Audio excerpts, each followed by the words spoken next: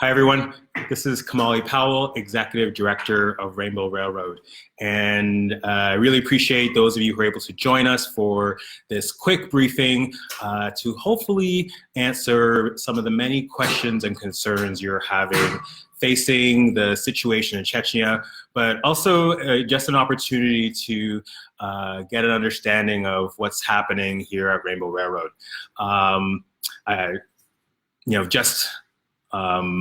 Going to deviate from the script for a second to say that I just came out of a meeting and found out a little bit about the situation concerning Jussie Smollett. And it's interesting in the context of having this conversation about what's happening in Chechnya that someone in areas that we know is safe can still be vulnerable from homophobic attacks. So thinking of Jussie, who actually was a strong supporter and spoke out about the situation in Chechnya, and wishing him a speedy recovery against such a horrific act of violence. And it's that act of violence that actually permeates and affects people from around the world who are victims of persecution just because of their sexual orientation and sexual identity. And it's the basis of our work. And so let me just zoom out and recap just kind of where Rainbow Railroad sits within this crisis. We, of course, have been doing this work since 2006, and we've been actively helping more people than ever before. We've helped now, over the past 12 years, over 600 people find safety in countries all around the world, and we are doing our best to do more. We do that against a backdrop of 1,300 requests last year from 34 different countries. And so we recognize that there really is a global crisis, global refugee crisis, that uniquely impacts members of the LGBTQ community. Now let me talk a little bit about Chechnya. Like you, I've been watching, I've been listening and horrified of some of the reports that there might be another crackdown. And let me just remind you kind of where we've come to get to this point. In 2017, just under 2 years ago, is when we first heard reports of primarily gay and bisexual men at the time being victims of homophobic attacks through a state-sponsored campaign from the Kadyrov government to entrap, humiliate, and torture primarily gay and bisexual men. When we first heard at Rainbow Railroad, we had primarily been working on individual cases, but we saw here there was a real need to try to address the hundreds of people being impacted by this attack. And so when we learned that this remarkable organization, the Russian LGBT network, which is based in Russia, was helping evacuate people from Chechnya into Russia into safe houses, we realized we were uniquely positioned to help those in safe houses relocate out of the country into countries around the world, including Canada, where many of them relocated. But you gotta remember a few things about the incident that happened there.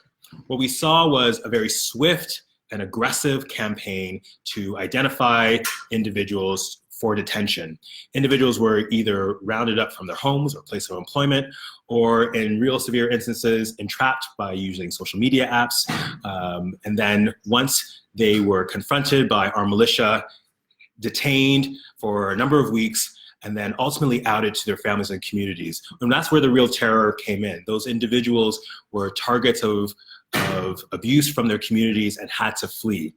And when we realized again that they were that we had the ability to support the safe houses and then ultimately help individuals relocate into countries around the world. We did that, by the way, based on the remarkable efforts from our supporters from around the world, many of you who did remarkable efforts, did fundraisers, donated to us, and so we really did this work together. Outside of that, and so since 2017, we've helped at least 70 individuals relocate from Chechnya. I want to just note that we didn't stop helping relocate people from the region outside of the terror wave. What we did was find mechanisms to help people in the the most intense period of the crackdown back in 2017, but since then have been working with our allies to provide safe haven for those on a case-by-case basis. Since that original crackdown, there's been much efforts from the international community to hold an investigation and try to get people to account, which has been the primary focus of advocacy over the year, leading to 15 countries, including Canada, the United States, and others, invoking what's called the Moscow mechanism, which ultimately led to an investigation to hopefully hold individuals to account. That mechanism led to an investigation into the matter, which results came out just in December of this year, only a couple of weeks before this recent wave of crackdown. So there's really a reason to believe that the idea of holding the Kadyrov regime to account is partly responsible to this new wave. But we do know from talking to our allies at the Russian LGBT network that international solidarity and keeping the pressure on is extremely important. So let me talk a little bit about what we know right now about the recent crackdown. You might have heard reports of 40 individuals being detained so far. I want to say that from all of our information gathering and reporting from the Russian LGBT network, that is actually, unfortunately, accurate. We also know that this time around that many of the individuals being detained are women, and that 2 individuals have been confirmed dead. We're doing a lot to find out the length of detention, the intensity of the detention, what is happening to people in detention, and who's being targeted next. A lot of those pieces we're still trying to find out. What we do know is that our allies at the Russian LGBT network are once again leading the charge in trying to find safe haven and a method for those being persecuted to escape. But we also have to be really careful to not do anything yet that will put people at risk. And so we are monitoring the situation on a day-by-day basis, determining when and how and to what intensity we are able to identify individuals, support people into safe houses, and ultimately evacuate others. If you recall, it's just been over a year since many of the individuals that were originally detained have relocated into countries. And I want to start with some of the questions that have come up about how they're doing. You know, the individuals that have been successfully relocated were facing really precarious conditions when they escaped. They were extremely young, they didn't know the language, they had left with very little on their person, they were panicked, facing real trauma and physical violence, and scared. Relocation was not what they envisioned with their lives at that time. Complicated matters is that we had to make the relocation effort a little bit secret and discreet for a while. And so we had to do a lot of work partnering with civil society groups and settlement teams around the world in the countries that we did relocate in order to ensure that they were able to resettle into their countries. I'm happy to say that from what we've heard, a lot of those individuals are doing well, slowly adapting to life in their new country, most importantly, safe from persecution. So I'm going to answer some questions that have come up in relation to what we know so far, and then give you the opportunity to ask any questions. So those of you who currently are live, feel free to ask away, and I'll get to them as we can. And so one of the first questions that have come up is, how is this crisis different than other crises? And the answer is that we're still figuring that out. We're still determining the intensity of people being targeted for persecution, when and how and where and what regions. We're also determining how and if they're able to escape into a neighboring safe house. I do need to stress, though, that for us at Rainbow Railroad, we've been monitoring crackdowns over the past couple of years that have happened in other regions, like Indonesia or recently Tanzania. And one of the first things I'm going to ask of all of you watching is to remember that, unfortunately, there are still 70 countries that persecute individuals based on their sexual orientation or gender identity and have criminal laws targeting individuals. And so we remain diligent, and we have to keep the pressure on in any crisis, including Chechnya, but in others. And so we do know that there is a disturbing number of these occurrences happening around the world. We monitor what we can do. We monitor whether people are looking to relocate.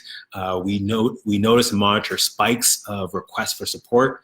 And then we work in tandem with the international community to look at what tools can we do to kind of help stop the crackdown, help put pressure on governments and state actors doing this work, and then ultimately looking at whether an emergency evacuation response program is a part of the solution.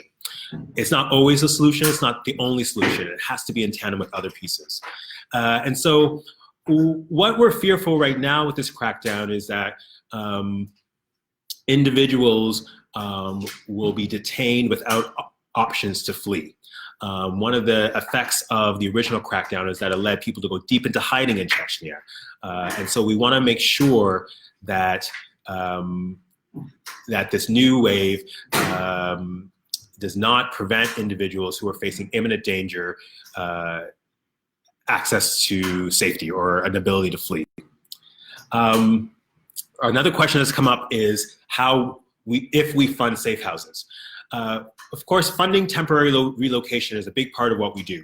And for those of you who are still not sure about what Rainbow Railroad does, when people are facing imminent danger, we work to understand their individual story of persecution.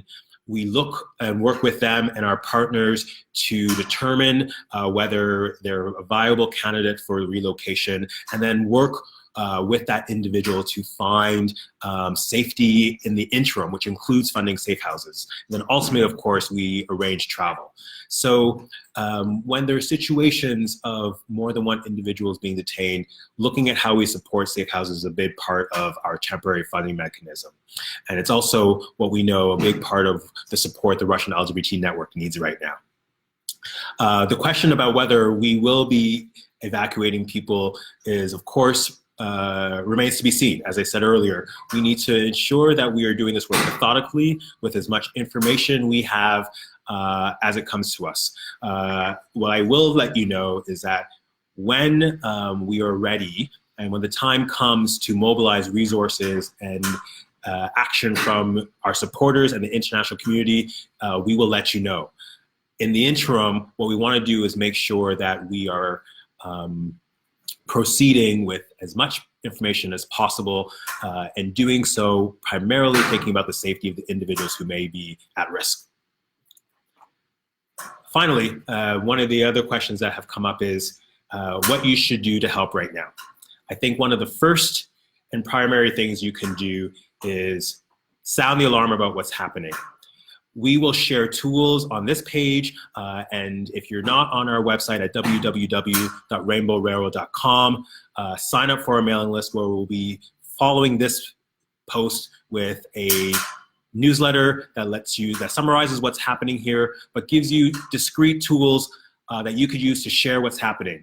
We have to keep the pressure on and inform people about the investigation that happened in the fall. We have to keep the Chechen government, the Putin government, and state actors to account to ensure that the people who have perpetrated these injustices are brought to account. And so following and sharing the information that you'll see from us and from our allies is one real important thing that you can do. Of course, continue to contribute to Rainbow Railroad as we prepare for an emergency response, again, not just in Chechnya, but fielding the now thousands of requests a year is something that you can do as well.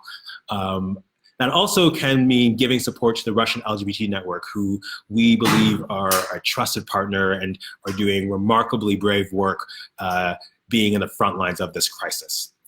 And finally, when the time comes and we do need to mobilize on an emergency response program, we want and need you to encourage various governments to help support Chechen refugees, because again, if and when the time comes when we get mobilized, is to provide that safe haven for people facing imminent danger.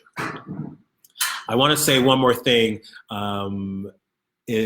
I know this conversation is focused on Chechnya, and I think consistently when we do posts that focuses on other regions, inevitably there are people that wonder, what are you doing in my country? I'm also a victim of persecution. Why aren't you helping me? It's something that keeps me up at night, and something that my colleagues think about all the time is, even though we are helping more people than ever before, there are more people waiting. And we only have infinite number of resources. And so what I'll say to anyone that's watching who's in a country where they're being targeted, or if you're a victim of violence, we are doing everything in our power to help as many people. And we do this work in solidarity with the tens of thousands of people who follow us, who contribute to us, and truly believe in the work we are doing. It's remarkable how much we've grown in such a short period of time, and it's solely because of your collective support. And so please stay tuned in the coming days and weeks for more updates, not just in Chechnya, but in regions around the world. Follow and stay close to our allies at the Russian LGBT Network, and stay tuned for more information about how you could help when we need you. That's it for now. Thank you so much for those of you who took the time to listen to this webinar, and we'll be in touch soon. Take care.